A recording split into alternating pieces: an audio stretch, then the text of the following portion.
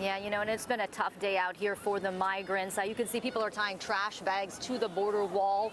They're tying trash bags to sticks just to try and find some shade. Now, here's a live look beyond the wall right now. It is hot out here. It is dusty. I can hear a baby crying. Trash is piling up, and it is taking a toll on families. One of the most difficult things we witnessed today is an 8-month-old baby from Afghanistan being rushed away with her mother by Border Patrol agents. Here's what happened. There's an 8-month-old baby who the mom came up to me and let me know that the baby was no longer feeding, that she had just vomited.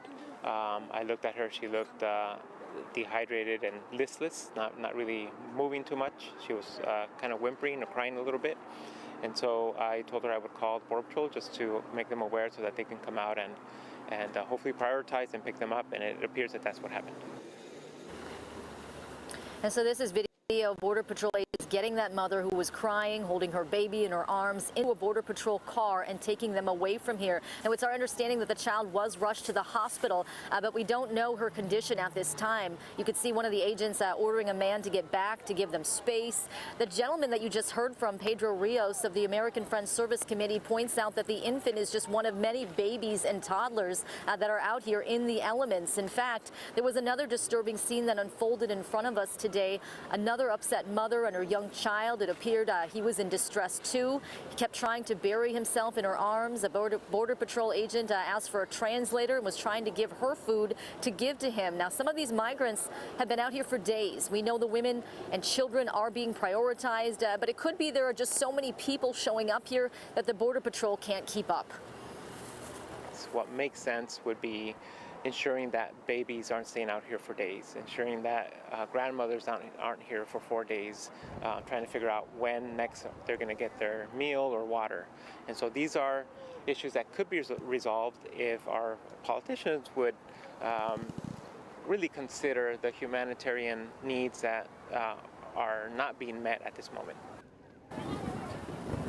And here's another live look beyond the border wall. You can see a crowd kind of gathering right now. Now, Rios says the pressure should be on the Biden administration. He says local governments like ours need resources from the feds. Now, Rios and another group were out here handing out food and water, but all of that only goes so far. They have one porta potty out here. We're told it's overflowing, unusable. There was a woman out here earlier handing out toilet paper. I'm told that the migrants are asking for trash bags so they have somewhere to throw away their garbage. And I can tell you, since I've been out here since last week, the conditions are clearly worse. Heather and Carlo? A sobering scene with fears that this could get worse, as you just mentioned, Kelly. Now, we heard about buses showing up to potentially transport migrants for processing. What have you learned about that?